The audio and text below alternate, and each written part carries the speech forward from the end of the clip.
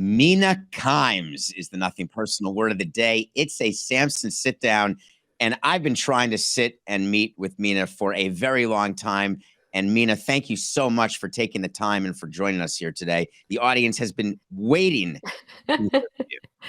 Thank you. Yeah, no, I'm excited for the show. I mentioned this, but I don't really know you, David. I don't know much about you. I haven't kept up with your appearances on, the Levitard. So I'm very open-minded. This is blank slate for me. Well, I like that. My name is David. We can do like speed getting to know you. My name is David, and I am a lawyer. I went to the University of Wisconsin, and after law school, I went to law school. I started a business delivering newspapers in Europe.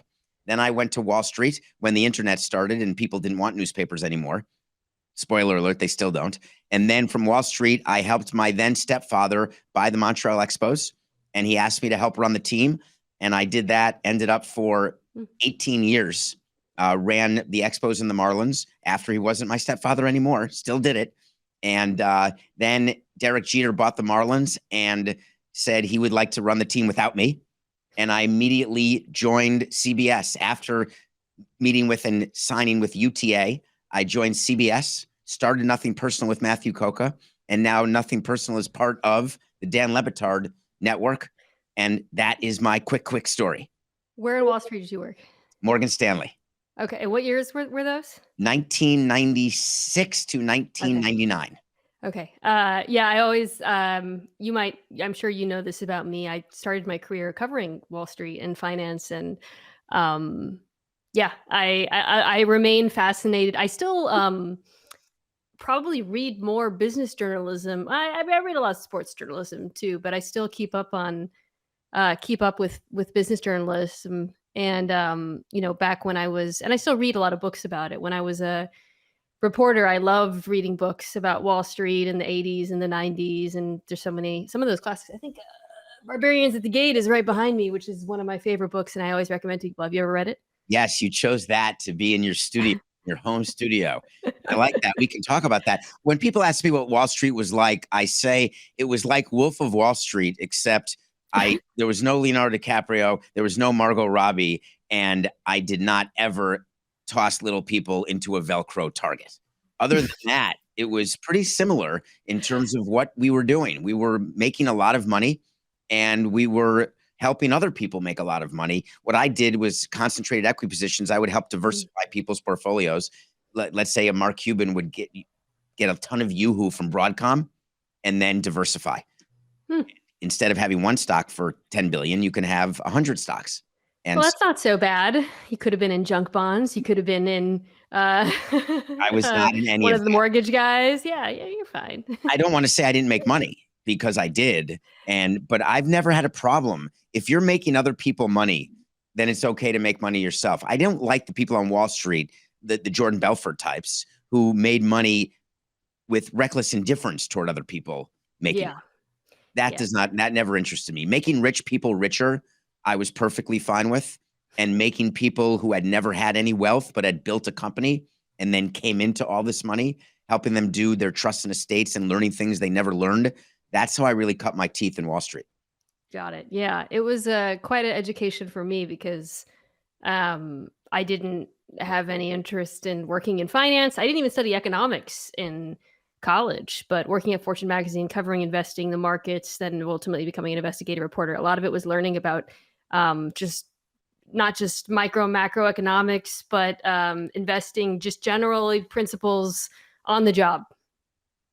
So you mentioned college. I was going to get to this later, but you just gave me the opening. You're a Yale, is that correct? That is correct. So what college were you in? I was in Davenport. For those who are listening, and I would say probably 99% of the people don't know, they have a residential college system at Yale that's kind of like Harry Potter. Honestly, that really gave us a good explainer tool, where you get sorted essentially, unless you have a legacy kind of relationship, into one of these colleges. And Davenport was the one that the Bush family was in, but it was a random selection for me because nobody in my family had ever gone to Yale. So I went to Wisconsin, but my daughter and my son went to Yale. One is still Oh, there, going to be a junior. My daughter that. graduated several years ago, both in Pearson. And the reason that Okay. Yale interested me is that I'm lucky enough to be involved there and on a university council, which is just under the board of trustees. And we spend a lot of time talking about the makeup of the classes. And this, I wanted to talk to you, and I had a chance to talk to Pablo about this as well. But it's important, and I assume that you think about the affirmative action case in the Supreme Court and what went on there. And my view of it that I've made pretty public is that while I don't agree with the conservative court in general, if at all, I believe the makeup of the undergraduate classes is not going to change by as much as people think. And when you read the opinion or what you've read about it as a Yalie, where do you come out there? Gosh, a lot of thoughts on this. I guess I'll address what you said, which is the notion that it won't actually affect the makeup of the classes.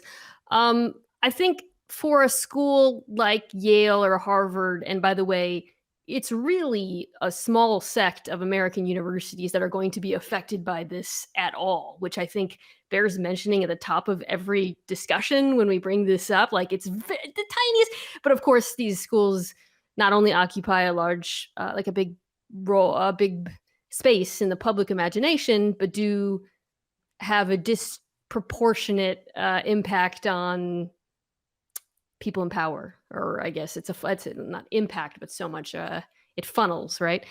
And it certainly helped me in that regard. But anyways, my understanding of reading not just the decision, but a lot of the reactions to it, the legal interpretations, is it's likely that schools, these smaller elite schools that aren't reading, hundreds and thousands of essays, will find other ways to diversify, find other sources of information, leaning on those essays. So suddenly, whereas you couldn't just say it before, now you have to put it in an essay, and the schools are still very interested in diversity. So to your point, I think it is likely that the effect will be muted by the efforts of the schools. I'm really interested in, and this isn't happening, at least to the best of my knowledge, there's a few schools around the country, private schools, that have experimented with ways to focus more on class-based diversity, and then hopefully flowing from that, sustain or grow racial diversity as well. But that takes some effort. It's a thing that has to be very deliberate. I'm someone who believes both class and racial diversity are important in the American education system. And I think that what we're going to see now is a radical reimagining of how you end up at the place where a lot of these institutions want to be. Do you feel pressure because of the size of your platform to talk about issues like this? How does that No, when you're I feel pressure not to. No one, I don't know. I'm very rarely asked about non-sports issues these days. I feel pressure when there are issues that intersect with sports, though, like issues of culture, gender, race, or whatnot. And then when those things collide with the sports world, as often is the case, then I feel pressure because of my platform to be a voice. I would argue, maybe persuasively, Mina, that everything now intersects with sports. There was a rule at CBS when I started Nothing Personal. You can talk about anything you want. Just make sure you can tie it at some point, somewhere, to something sports related. And let me tell you, I found a way to talk about anything I wanted and then bring in sports somewhere along the line. So I don't say this flippantly. The pressure of the platform is something that I think about all the time. And what you've built and the audience you've built, you are an opinion influencer. And you may not want that job. Social media is strange because you didn't apply for that job. You just entered into a space where all of a sudden it became part of the job that you do. But then all of a sudden you have the concomitant pressure to talk about everything.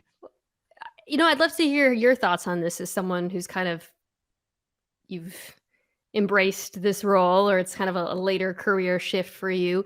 Every time there is a story that's not just sports, 95% of not more than 99% of what I do at ESPN is talking about sports, like hardcore sports, X's and O's, football. But every now and then there's a story, sometimes intersecting with football. And when that happens, I feel more pressure. And I have trouble articulating like what it is. There's just like this feeling inside me that's like, okay, here you are. You got the platform. You have the opinions. You've done the reading. Or if not you, who else? Right. And then there's like a little, it's not an angel. It's more of like a accountant or something on my shoulder who's like, yeah, but this is then your day is going to be ruined by this, and it's going to be a real pain in the ass, and you're going to get like all these angry emails and stuff. Do you really want to? Why don't you just stick to football today? And when those stories come up, there's that little wrestling match, and the accountant almost always loses on my shoulder, and I don't know why. I don't know what it is that compels me to be like, I gotta say something. I don't know what it is. Because you're responsible and intelligent and you can't succumb to shut up and dribble. That can't be what's in your head. I don't know if I always have the most intelligent things to say about these issues though, but Oh, I think it's important as a leader. Leaders are not always right. Opinion influencers are not always right. They just always have opinions. And the best ones are the ones who have opinions that are thought out. So what I use the platform for is when I want to talk about things, and sometimes it makes Coca crazy. Sometimes it makes members of my family crazy, is that I will think about a lot of different issues because I don't want to be stuck in just sports, because there's so many things that interest me in the world. And I do tests, Mina. I have a friend who is a lawyer and a pretty influential member of society, whatever that means. I will have a day where something happened in the sports world. So big, I think it's the biggest story ever to come across my desk. I will call him at the end of the day and he'll say, hey, and I'll say, hey, I had a day. He said, what happened? I'll tell him what happened. He'll say, didn't hear that. And it is the most unbelievable thing. How could you not have heard that Jose Fernandez died? Yeah. How is that? You didn't get that? And I hear, is that your dog? That's my dog barking. Yeah. Totally fine. You can let the dog in. Does the dog need to take a walk? That means there's a delivery. That's 99% of the time when he barks, it's because somebody's delivering something. Are you concerned about the 1% in any way? The 1% I guess would be a robber. I don't know. My dog's he's very funny. He's very logical. Like he doesn't, July 4th just happened. Not bothered by fireworks, not bothered by thunder. He's only barks at what he perceives to be imminent threats, which are delivery people. And I guess the 1% would be like a home intruder. That's never happened. Wouldn't it warrant finding out the provenance of the bark? No, you got to play the odds. 99%. Come on. It's a delivery. I just get so much shit delivered to my house too. It's the damn 1% that'll get you every time though. I hear you on the sports thing though. I think sometimes we lose sight of how our world, which is sports fans who are most people listen to what we do, not only care about things that the rest of the world doesn't care about, as you talked about, but they consume stories very differently from the rest of the world. That's something that it kind of inflects what I was talking about earlier, which is whenever I make the decision to speak out on something. For example, the Deshaun Watson story, which I was very outspoken about last summer when he was being accused by dozens of women of sexual misconduct.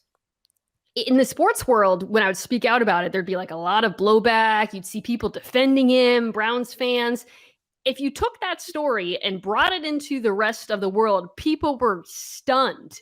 They're like, wait, how is this not like met with like universal? This should, and I think the majority of people were pretty upset about it, but like it was such a good example of how our world can be, and I think sports in general can lead to a lot of reality distortion, frankly. But doesn't that inform when you're talking to the people on your shoulder what you want to comment on? Because the fact is that if you can help, this is how I view it. If I can educate my audience, not tell them what to think, just give them two sides. Talk about the Roe v. Wade. We did a whole show on Second Amendment, a whole show on Roe v. Wade when the Supreme Court overturned that. Not giving my view where I am, which I'm absolutely pro-choice as you can imagine. But my view is just learn about it and then decide so we can actually have a conversation. And you're able to do that too. I think and again, I'll go back to the Watson story. Every time I spoke about it, I was stunned by how little people actually knew. New York Times did incredible investigative reporting. And when I would just bring simple facts that had been unearthed, people sometimes that I was on television with had no idea. So I think for me, going back to kind of that original question I asked myself, why am I doing this today? A lot of it is like, well, you know what? You did the reading, so share it. And it's not necessarily because I perceive myself to be an expert or a moral authority, but just someone who cares and is interested in learning and then hopefully conveying that to others. One of the things that makes you so good at what you do is you take a lot of information, you distill it down into a soundbite, which many people would erroneously say, well, that's easy to do. It's actually the hardest skill there is to give people the information they need that they can digest and take in and then actually be able to process. And that's why it's very difficult what you do. And I give you a lot of props. People in our business, not everyone's good at it. And Dan's done a lot of talking about smart journalism versus dumb journalism versus, I don't know if you saw a couple weeks ago or a month ago, the fight of what Stephen A. Smith has done to debate television and the dumbing of journalism. I take that very seriously. I don't want to continue that trend. I don't want to just stand and yell as loud as I can about nonsense. And it's difficult. It's tiring. There's a balance though, right? Because people always ask why we talk about the Cowboys so much on ESPN. Well, guys, I see the numbers. That's why we talk about the Cowboys so much. I see the numbers even for my own podcasts, my own digital clips when I talk about the Cowboys. They're unfortunately, for those who, if you don't like it, there's a massive audience for it. And it's not even just fans. People who hate the team love to hear people talk about the team and rip the team and whatnot. And I think when you go back to kind of what you were saying, which is like, well, sports debate and that balance between information and entertainment is something it's a balance also between, I think, networks, media companies like your guys trying to figure out, okay, well, our audience seems to want this. We don't want to always cater though to every little thing that they want, but there is a little bit of a balance there. And I think that's something that's like a tough decision that we always have to make every time. Like you can't be dead serious and nerdy and PBS about it. You have to find that sort of balance. Well, entertaining certainly helps. When you said nerdy and PBS, were you looking directly at me? Was that like a judgment? You look like an old nerd. I was just thinking about how people always, it's like how polls, everybody lies. People always say they want, like, people on the internet always say they hate debate and screaming, but then like our first, the highest rated shows don't reflect that at all. So I think that people kind of lie about what they actually want to consume. Don't you think there's room, in terms of your talent? I heard you on, you were on a podcast, remind me, the Pivot podcast. Were you on that? It's my friend Ryan Clark's podcast, yeah. And did you say that you did not feel qualified to work in a front office? Oh, yeah, I'm definitely not qualified to work in a front office. Can we talk about that? Do you know what it takes to work in a front office? To make that judgment? I'm curious why that was your bellwether. Where, listen, my name's Mina Kimes. Yes, I'm a Yale graduate. And yes, I can speak intelligently about lots of things. But a front office? No. Well, I think if I was to restart my career, I could.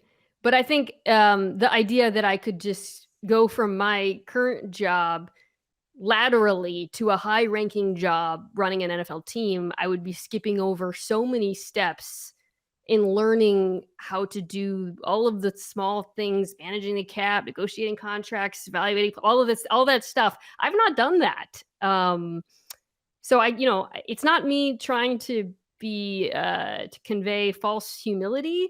It's me respecting the levels of work that go into doing something at a high level, which I don't think I haven't done any of those things. Do you listen well? I try. Are you decisive? I'm getting better at that. Are you able to be wrong ever? Yes.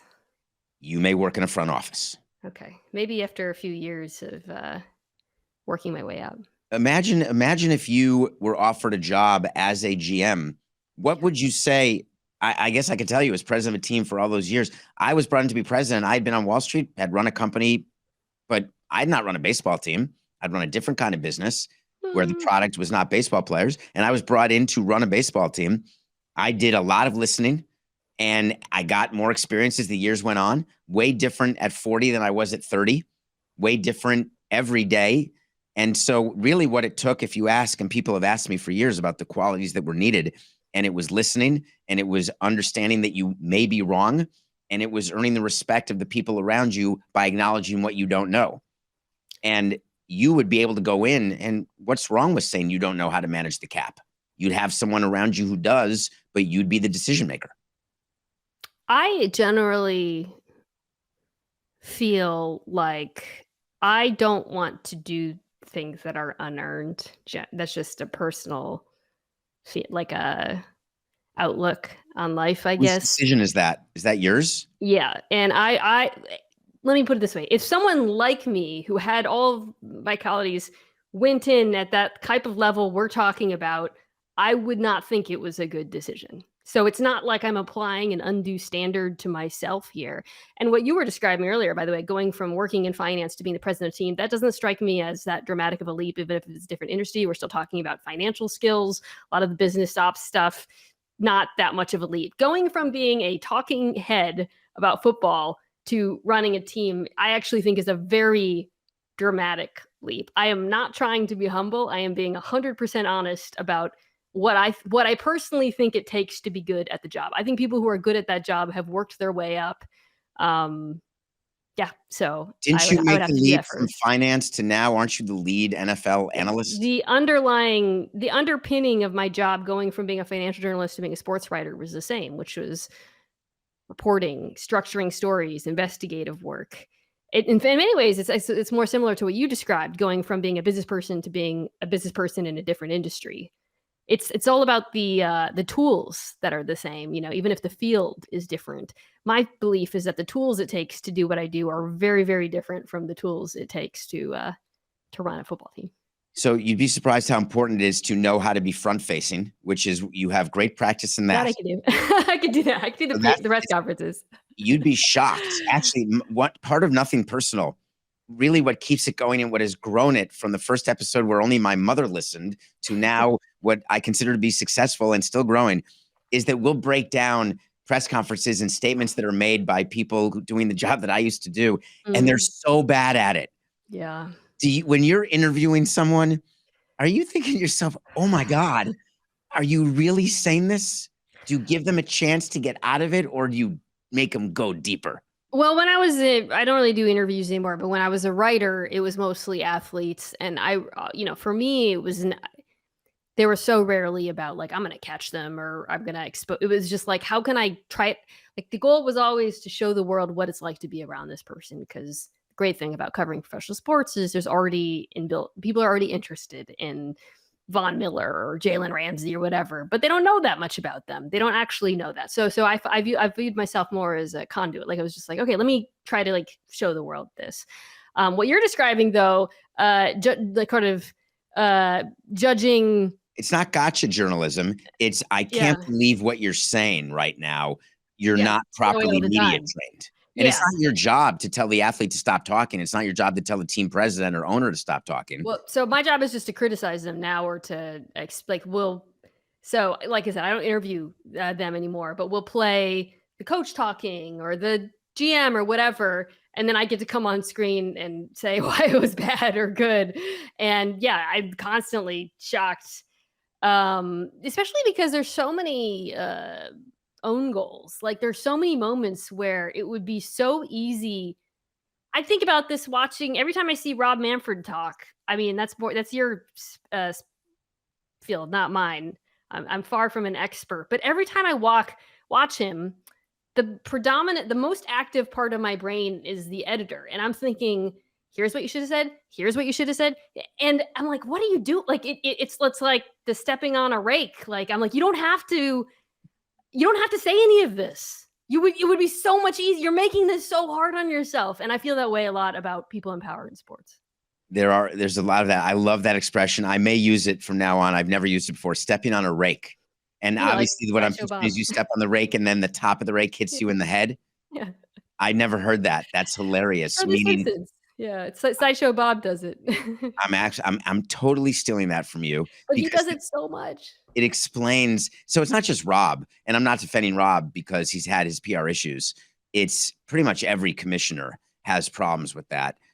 I would argue Goodell's actually gotten pretty good at talking. I was thinking that watching this latest Manfred stuff where he was talking about the Oakland and all that, I was thinking, man, you make Roger Goodell look like William Jennings Bryan, like a great orator of our time. Because when was the last time you saw Goodell really slip in public? He is actually very good at saying nothing and staying out of trouble. And it's probably why he makes, $1 zillion. I'm trying to think of the last situation where he was forced. Maybe it's the Dan Gilbert situation, especially with what came out a couple weeks ago.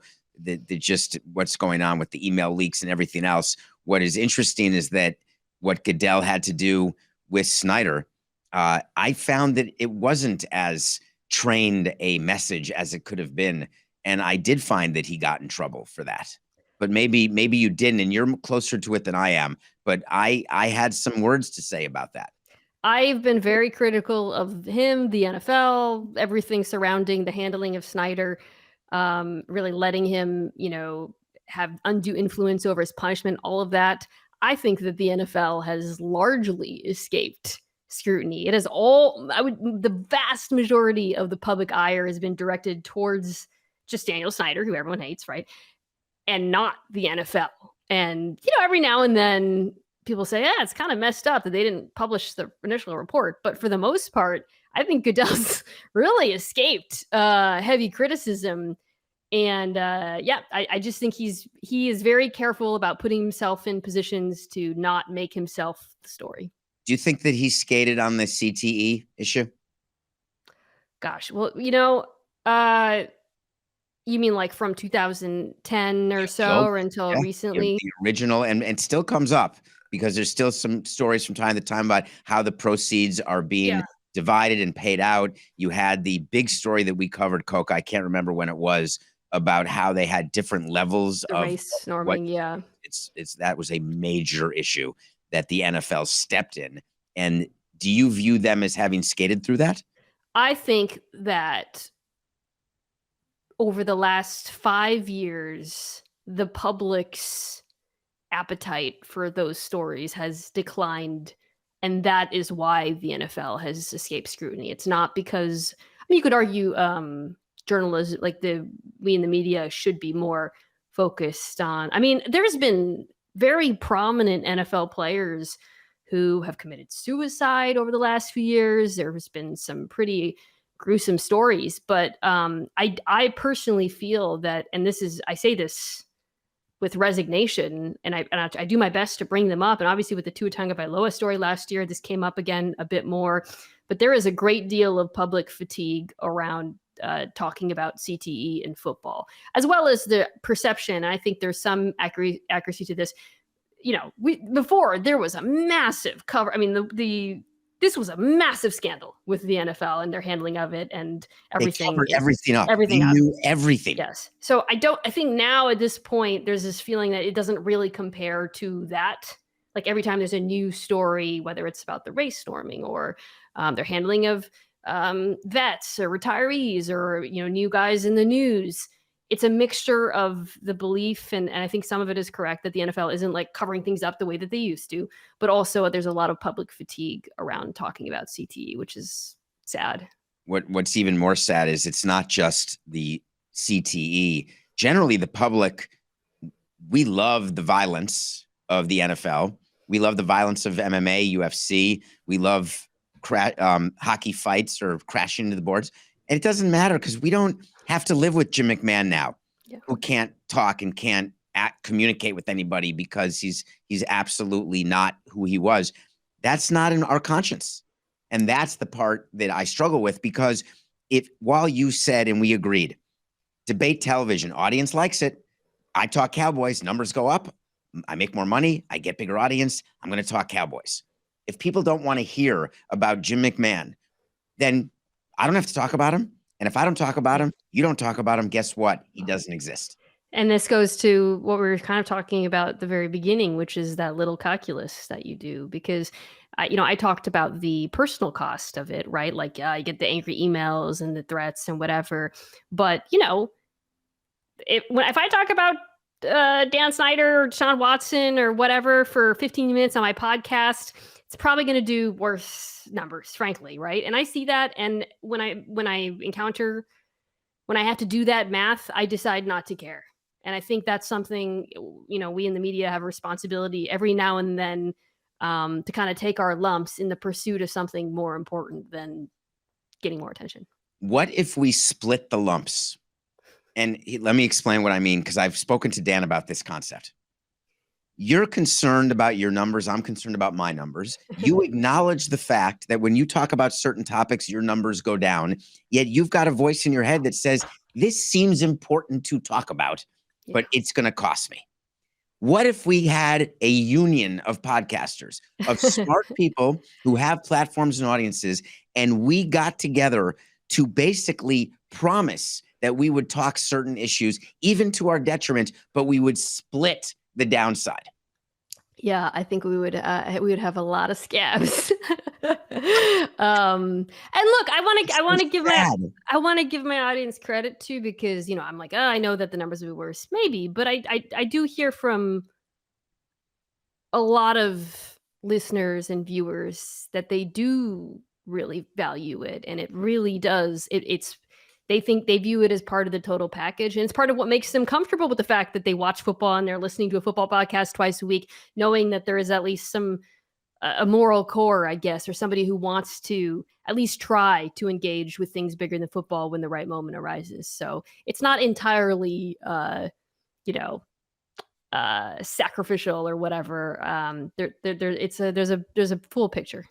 There is huge business in smart. And people may not realize that, but there is. And while we may worry about it, and we worry about our audience, and we have studies done, and we get numbers showed to us by the people who are responsible to pay us. On the other hand, there are people who crave it, as to your point, don't want to admit it. Yet when you look at your numbers, your rankings, or your revenue, if you dedicated a certain amount of your week to issues that were meaningful to you, to one side of the shoulder, I promise you that your W-2 would not go down. People always ask me, what do you owe, like, not what do you owe Dan, but like, what would you attribute your success to, or whatever? Was there ever a pivotal moment for you in your career? And something I always point to is working with Dan really showed me that people were interested in me, that I didn't have to pretend to be something else, that I didn't have to dumb myself down or change my physical appearance dramatically or whatever, that there was actually an audience for the things that I brought to the table. And while I can speak cynically about people's desire for debate and screaming and Cowboys talk and all of that, and I believe all that is true, I have an NFL podcast. It's co-hosted by a woman and a dog, and it's the most popular non-fantasy football podcast at ESPN. People aren't all that bad.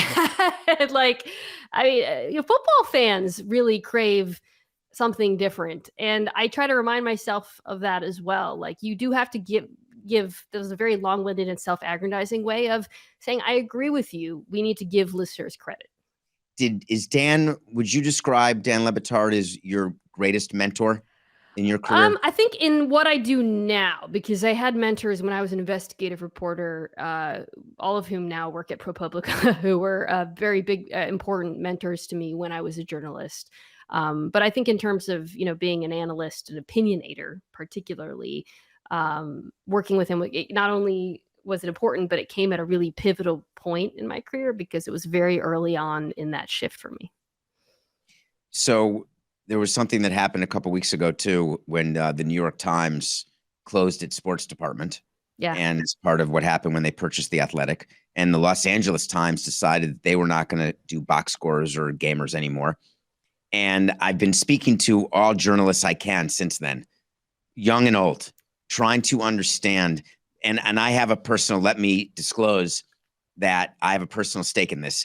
The business that I ran was delivering the New York Times to Europe same day. That's what I did. It was called News Travels Fast. I brought the Sunday Times to all over Europe on Sundays. And back then there was no internet, there were no apps, there was nothing. It was the actual Sunday Times. And so I still get the New York Times delivered to me every day. And you can call me old, I'm good, because I have the app, I have the phone, I have all the new technology. but the impact of the reality is what I think about. What the New York Times did makes perfect business sense. There was no other choice, not even close. But realizing that now we've gone down a slope where what newspapers are going to become, do you, as a former journalist, current journalist, someone who feels about this space the way I do, how did you react to that news? Not too surprised. I kind of thought it was in the cards when they bought The Athletic, just because it was a pretty large expenditure. And $500 million. yeah, which, however you feel about the value there, I think, they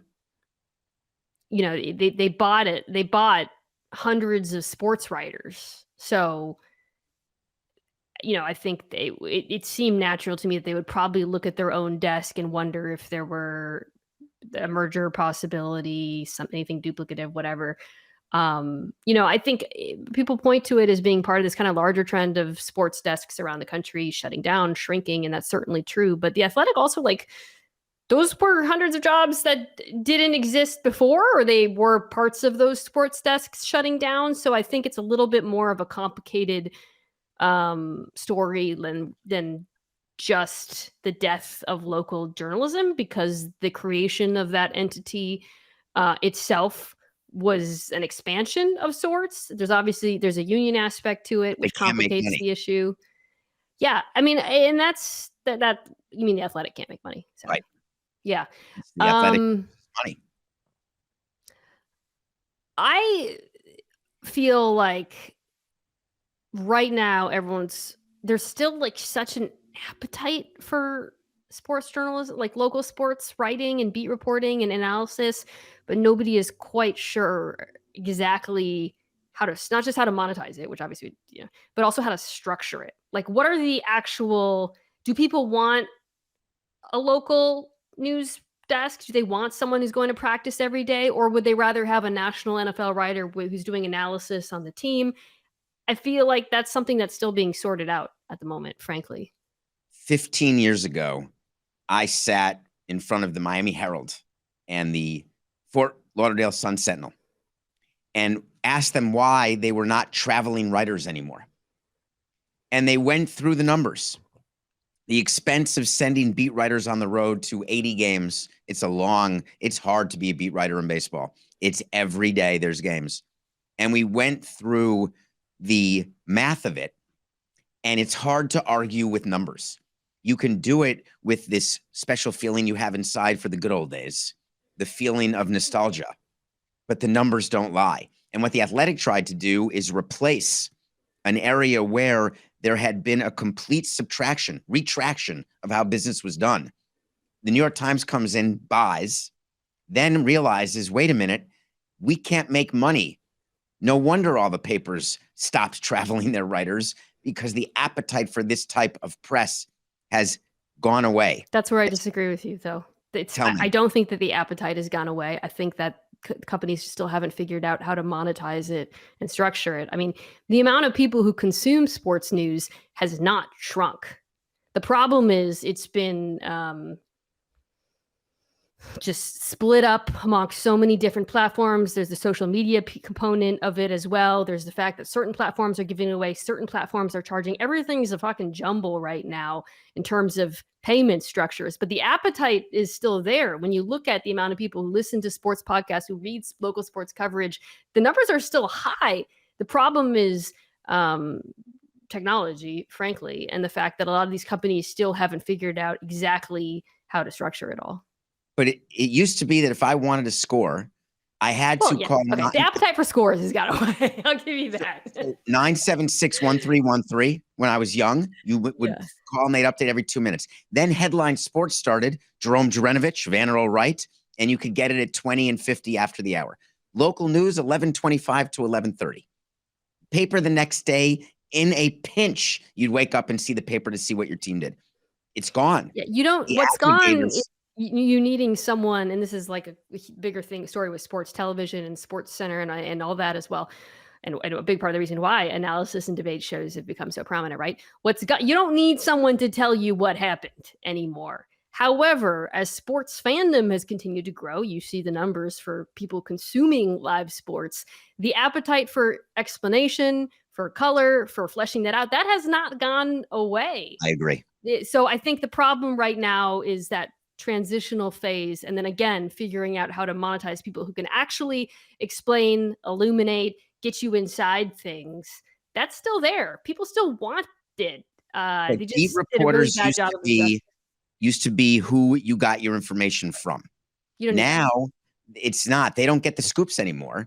The scoops go to the national guys, many of whom are employed by you, but not you, ESPN, and it's on social media. So the what has to be instantaneous. It's not a matter, you don't wait till the next day. You don't wait for the next minute. The why is where you come in, or I come in, because I don't break news. Are you a news breaker, No, would you say? I'm not either. I'm not a newsbreaker. I Thank don't want to God. be a newsbreaker. That's tough life. That's terrible. I have no interest in that. I'm already addicted enough. Are you on Threads, by the way? I joined it. It's not quite there for me yet as a product, but I'm trying to. I want to I wanted to make sure I planted my flag. And That's all I did. It's just another Yeah. obsession now, another thing I have to check, another red number on my phone when there's alerts, etc. But the point is that the flag, what happened, quick. Why it happened, that can breathe a little bit. And that's the antithesis of what the quote unquote beat writer is. The beat writer is the one who had the deadline, who spoke to the players in the clubhouse, but now the players speak for themselves. I would say, someone who reads a lot of beat reporters in football, the best ones are the ones who are learning to use their access to give you the why. There are certain football writers, beat writers, who I always make it a point to read, because they are in the class, they're talking to the players, they're talking to the coaches, and they're learning the game and they're explaining it. And so I would say the types of skills that are valuable are changing. So how do we, if you are give a talk to young students, if you go back to Yale as an example, go to Davenport. There's a thing called the Pearson T. Yeah, we have them too. Yeah, I've done a couple. So I've done that, and everyone is they want to be you. They just don't understand exactly how to get there, and they're worried if they don't get there by the day after tomorrow, they'll never get there. Which is exactly what we were worried about when we were that age, and it turns out we were totally wrong. There's a million twists and turns, and it's okay. Failing's okay. But when you go back now, what is your best advice for people who actually look at you and meaningfully say, I want to be you? Well, the first thing I say is something you just said, which is I tell them I didn't know I wanted to be me until I was like 30. So that rush 30. to be like, that was when I switched from being a business journalist to a sports person, That's right? not old. It's not, but it is to a 22-year-old who thinks that they have to have the perfect internship lined up for the perfect job immediately. I had so many freaking random careers and twists and turns like yourself getting to where I got now. And I always tell them you have to have some humility and or at least recognize that what you think you're going to be doing in 5 years is probably not what you're doing in 5 years. But for those who are actually interested in either writing or analyzing sports, I tell them learn the sport. Because, and this is really kind of cuts to what we were talking about, your greatest attribute as a beat reporter, or as a podcaster, as a radio host, will be someone who really knows the game right now. And I'm not saying that I necessarily do, but that's what people want to be. Like, they want someone to explain to them what the fuck's going on. And I find that the best young writers, bloggers, reporters are the ones who I can tell have put in a lot of work to understand the game. And by the way, that can be understanding the business behind the game. That can be understanding the X's and O's, but it's that understanding that's so valuable. I am fascinated by that answer because I give the opposite answer. And I want to test this hypothesis with you. Uh-oh, running out of time. People say, "Oh, I will get you out on time. I promise you." I don't care. Last question. I would say your statement, and then I want to hear your view. Okay. I want to get into baseball. I want to be the president of a team. My advice is not to go learn baseball.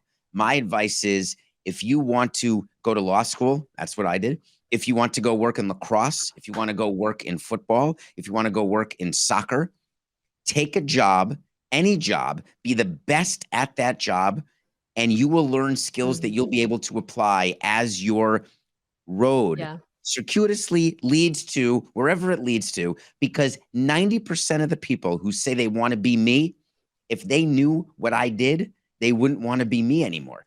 And that's what happens in sports. We'd hire people, they want to work in baseball. They'd be gone within a month because they thought it was just hanging out with players. But that's advice for someone who wants to, who on the business side. I was talking about the advice I'd give to someone who wants to do what I do, which is communicate for a living. Now you've through a very roundabout path arrived at a similar spot, but I don't think your career path is something that could be easily replicated or something that would be encouraged. I think. Wait, you just said encouraged? Well, I wouldn't if I met a 20-year-old, college student who's interning at Goldman Sachs and said, I want to be the next David Samson. I want to have a podcast on Meadowlark. I wouldn't say, okay, great. Here's all the wild shit you have to do first. You have to go sell newspapers in Europe. Then you have to go be the president of a team. Then you got to go to this. You got to work on Wall Street. You can't make it up. Mina, I want to keep going, but I appreciate your time. I told you I'd have you out in 45 minutes. I really appreciate that you did this. Would love to do this again one day. And one of these moments we will be on together, maybe on Dan's show or somewhere else. But it has been a pleasure. I really do appreciate you. That would be great. I enjoyed this.